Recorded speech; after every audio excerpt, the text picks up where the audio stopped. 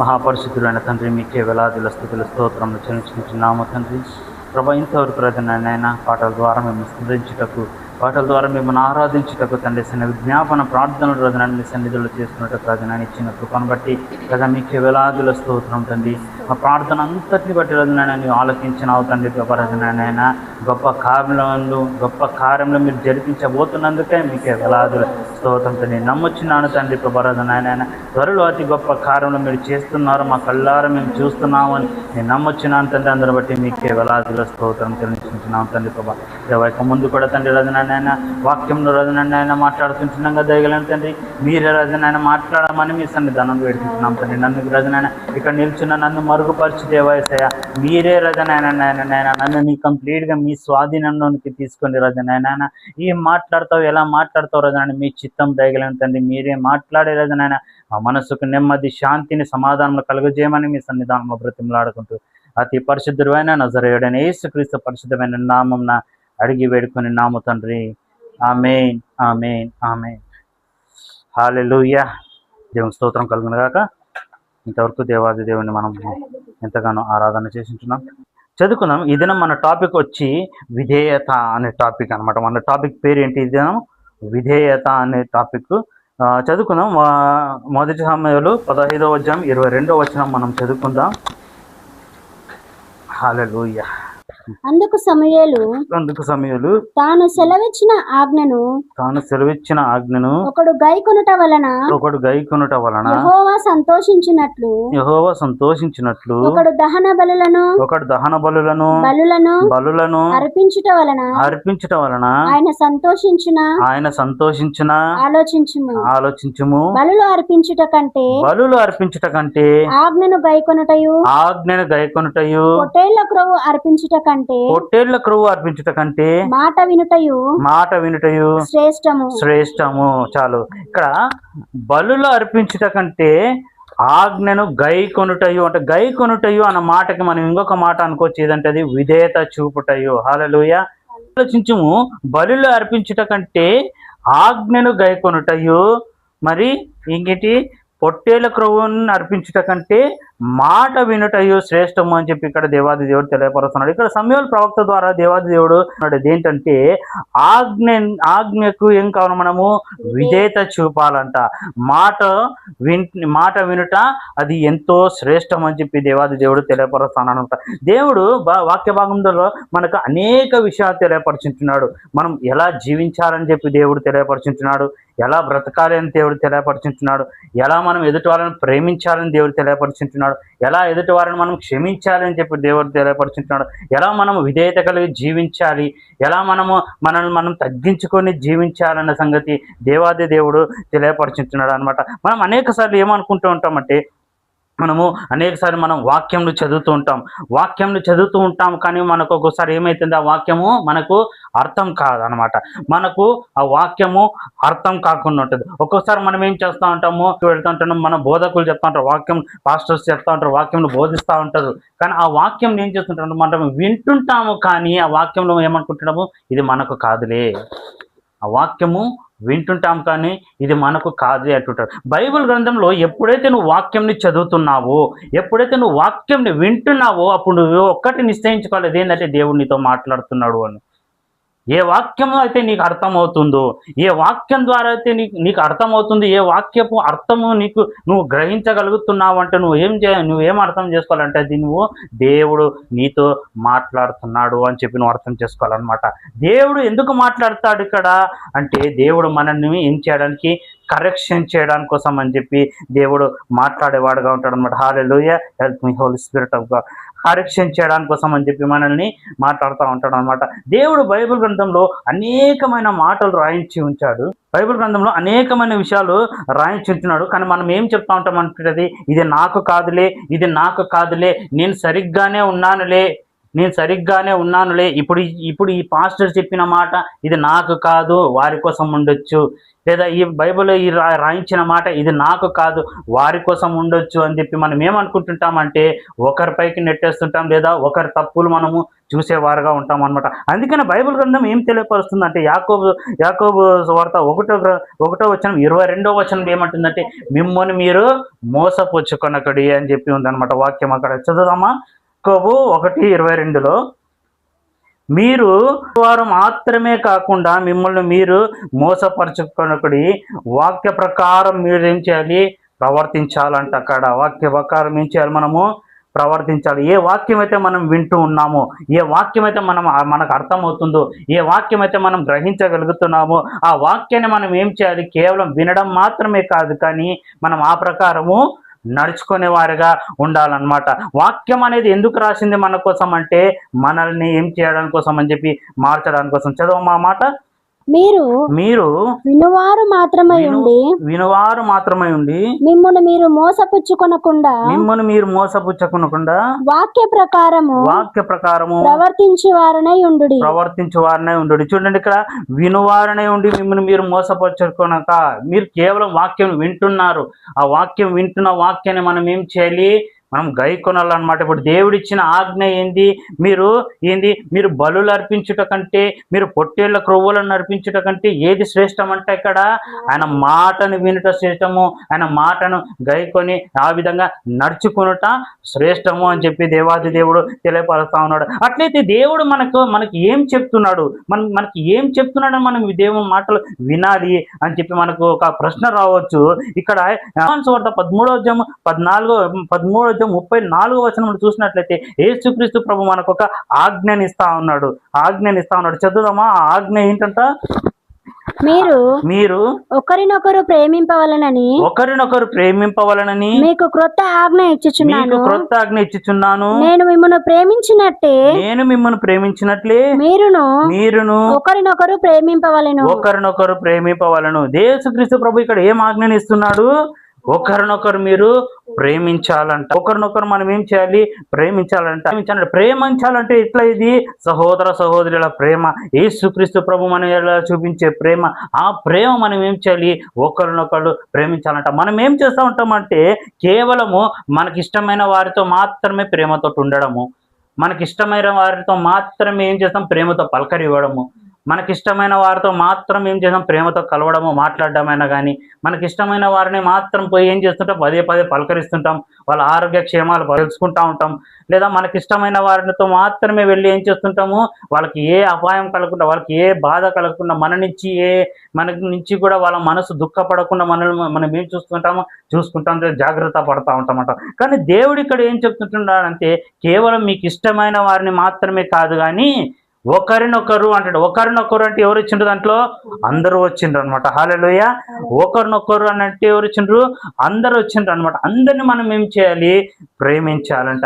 అందరిని మనము ప్రేమించాలి. ఒకరిని ప్రేమించడం, ఒకరిని ప్రేమించకుండా ఉండడం, మనకు ఇష్టమైన వారికి మాత్రమే సహాయం చేయడము, ఇష్టం లేని వారికి సహాయం చేయకుండా ఉండడము, మనకి ఇష్టమైన వారితోనే మనం ప్రేమగా ఉండడము, ఇష్టం లేని వారితో మనము కసురుకుంటూ వాళ్ళని అసహించుకుంటూ వాళ్ళకి ఇదిగా ఉంటూ అని ఉండడము, అది దేవుని చిత్తం కాదు. దేవుని చిత్తం ఏంటంటే ఇక్కడ అందరినీ ప్రేమించాలనేది దేవుని చిత్తము, అందరితో ప్రేమగా ఉండాలనేది దేవుని చిత్తము, అందరినీ ప్రేమగా పలకరించాలనేది దేవుని చిత్తం అనమాట. హల్లెలూయా, హల్లెలూయా, హల్లెలూయా. మీరు ఒకవేళ మీకు ఇష్టం వచ్చిన వారినే ప్రేమించినట్లయితే, మీకు ఇష్టం వచ్చిన వారినే మీరు చేరదీసినట్లయితే, మీకు ఇష్టం వచ్చిన వారికే మీరు సహాయం చేస్తున్నట్లయితే మీకు ఏమి లాభం అని చెప్పి దేవాది దేవుడు ఇక్కడ అడుగుతాను అనమాట. లూకా సువార్త 6:33-34 వరకు చదివినట్లయితే మిమ్మల్ని ప్రేమించే వారినే మీరు ప్రేమించినట్లయితే మీకు ఏమి లాభము అని ఉంది అక్కడ. హల్లెలూయా. చదువుదామా? 6వ అధ్యాయము 32-34 వరకు.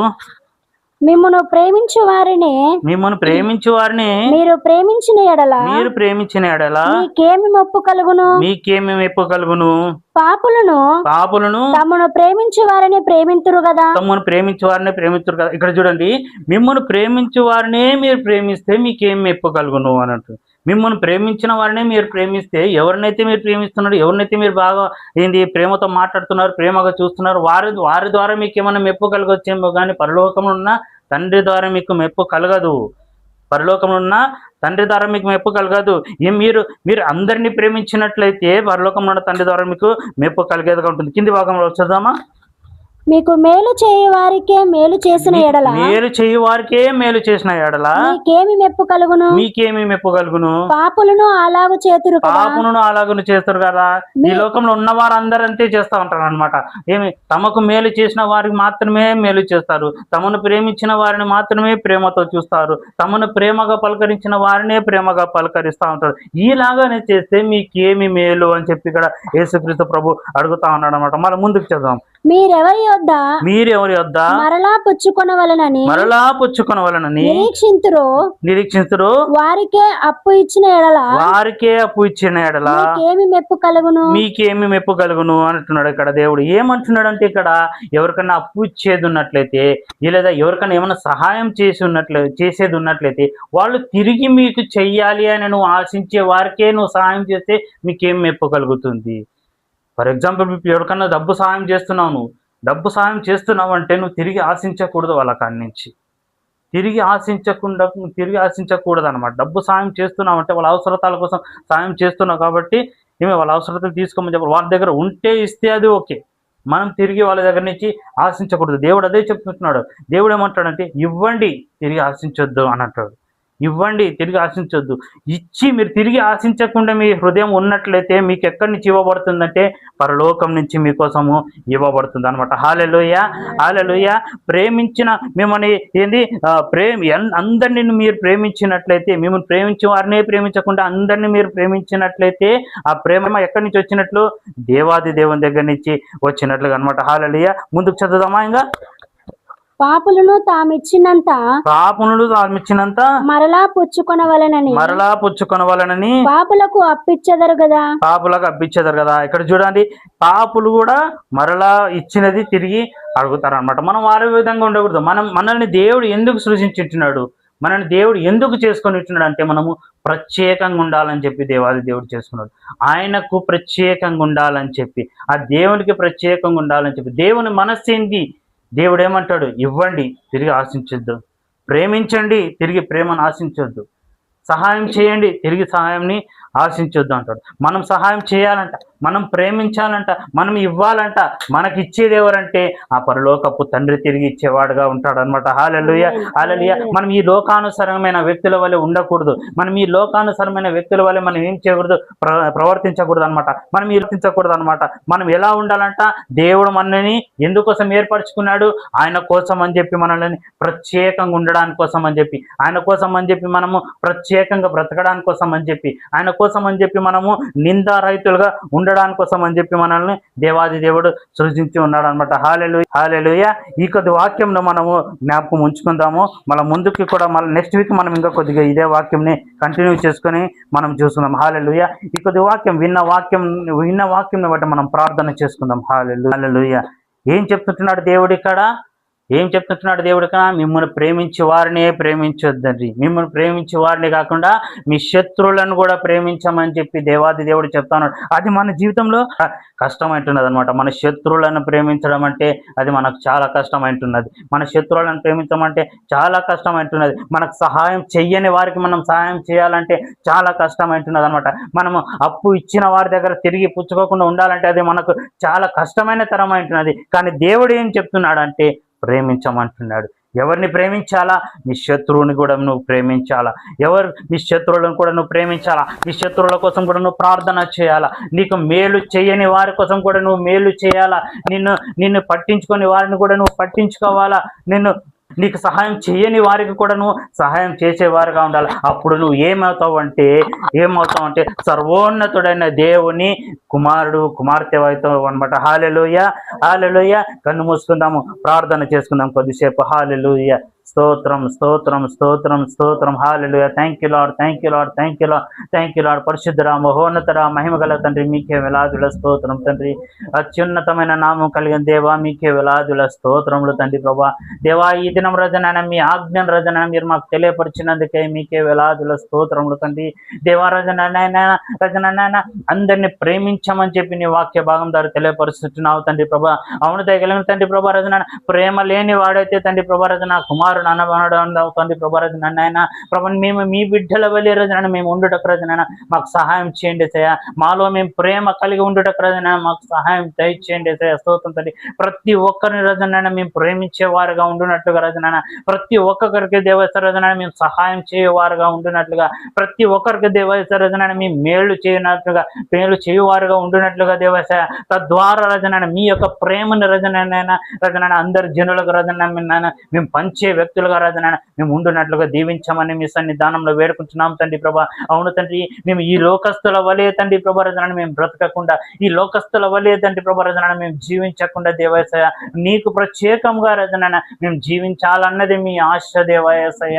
ఈ రజన మీకు ప్రత్యేకంగా రజన మీరు అనేది మమ్మల్ని రూపించుకున్నది మీ కొరకు దేవసయ. మీకే వేలాదిలో స్తోత్రం తండ్రి ప్రభా. దేవ ఆ ప్రకారం రజన మేము జీవించుటకు ఆ ప్రకారం ప్రభా రజన మేము నడుచుకున్నటకు ఆ ప్రకారం తండ్రి ప్రభా రజన మేము ప్రవర్తించుటకు రజన మాకు సహాయం చేయండి ప్రభా. అవును దేవా, మాకు సహాయం చేయండి ప్రభా. రజన మాకు కష్టమే తండ్రి ప్రభా విధంగా జీవించడానికి తండ్రి. కానీ బైబిల్లో తెలియపరుచుంటున్నావు తండ్రి. ఫిలిప్పీయులకు రాసిన పత్రిక 4:13 దేవేసన మమ్మల్ని బలపరచు వాని యందు మేము సమస్తమును చేయగలమన్నావు తండ్రి. మమ్మల్ని బలపరచు వాని యందు మేము సమస్తమును చేయగలమన్నావు తండ్రి ప్రభా. మీకే స్తోత్రం తండ్రి. కాబట్టి రజన మమ్మల్ని బలపరచు దేవుడు నీవే తండ్రి ప్రభా. రజన మీ సహాయంతో రజన మేము ఏమైనా చేయగలుగుటకు రజన మాకు సాధ్యం అవుతుంది రజన. మీకే స్తోత్రం తండ్రి. మాకు సహాయం చేయండి ప్రభా. రజన మమ్మల్ని ప్రేమించే వారి కోసం రజనైనా మమ్మల్ని ద్వేషించే వారినైనా కూడా తండ్రి రజన మేము ప్రేమించి వారి కోసం ప్రార్థన చేయటకు రజన మాకు కృప చూపండి సయ. మీకే స్తోత్రం తండ్రి. మా మనస్సులను తెరవండి ప్రభా. మా హృదయాలను తెరవండి ప్రభా. రజన మీ చిత్తానుసారంగా నడుచుకున్నటకు మీ ఆజ్ఞకు మీ మాటకు మీ ఆజ్ఞకు విధేయత కలిగి తండ్రి ప్రభా రజనైనా మేము జీవించటకు మాకు కృప చూపమని మీ సన్నిధానంలో వేడుకుంటున్నాం తండ్రి. స్తోత్రం తండ్రి ప్రభా. దేవా విధంగా చేస్తున్నందుకే మీకే స్తోత్రం తండ్రి ప్రభా. దేవ ఎక్కడున్నా నీ ప్రతి రజన నీ బిడ్డలందరినీ రజన మీరు ముట్టమని వేడుకుంటున్నాము తండ్రి ప్రభా. ప్రేయర్ పేరున ప్రతి ఒక్కొక్కరిని మీరు ముట్టమని వేడుకుంటున్నాం తండ్రి. స్తోత్రం తండ్రి ప్రభా. ఈ విన్న వాక్యం తండ్రి, ఈ విత్తిన ఈ చిన్న వాక్యం దయగలమే తండ్రి ప్రభా వారి హృదయంలో ఫలించినట్లుగా మీరే దీవించమని మీ సన్నిధానంలో వేడుకుంటున్నాం తండ్రి. నేను నమ్మొచ్చున్నాను తండ్రి ప్రభా రజన నీవే మాట్లాడించినావని నమ్మొచ్చున్నాను. నేను నమ్మొచ్చున్నాను తండ్రి ప్రభా. నీవే విత్తనం వేసించినావని నమ్మొచ్చున్నాను తండ్రి ప్రభా. అది మంచి నేలలో పడిన విత్తనం వల్లే తండ్రి ప్రభా అది ఫలించి అభివృద్ధి అవ్వనట్లుగా తండ్రి ప్రభా రజన నాయన నీ ప్రేమను తండ్రి ప్రభా అందరూ రజన నాయన నీ ప్రేమను రజన అందరికి చూపించినట్లుగా ప్రభా రజన మీరే దీవించమని మీ సన్నిధానంలో వేడుకుంటున్నాం తండ్రి. స్తోత్రం తండ్రి. పరిశుద్ధరా మా ప్రార్థన విన్నందుకే మీకే స్తోత్రం తండ్రి ప్రభా. ఈ ప్రార్థన ఆలకించమని అతి పరిశుద్ధుడైన నజరేయుడైన యేసుక్రీస్తు నామంలో ప్రార్థించి అడిగి వేడుకుంటున్నాము తండ్రి. ఆమేన్ ఆమేన్ ఆమేన్. హల్లెలూయా హల్లెలూయా హల్లెలూయా హల్లెలూయా హల్లెలూయా హల్లెలూయా హల్లెలూయా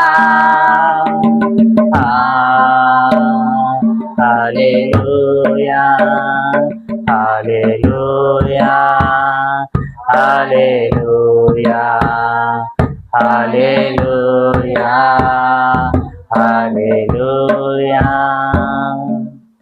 ఇప్పుడు మన తండ్రి అయిన దేవుని ప్రేమయు యేసుక్రీస్తు ప్రభు యొక్క కృపయు పరిశుద్ధాత్మ దేవుని యొక్క అన్యోన్య సహవాసం ఇప్పుడు ఎల్లప్పుడూ ఇక్కడ నిలిచిన ప్రతి ఒక్కరి తోడుగా నీడుగా ఉండును గాక.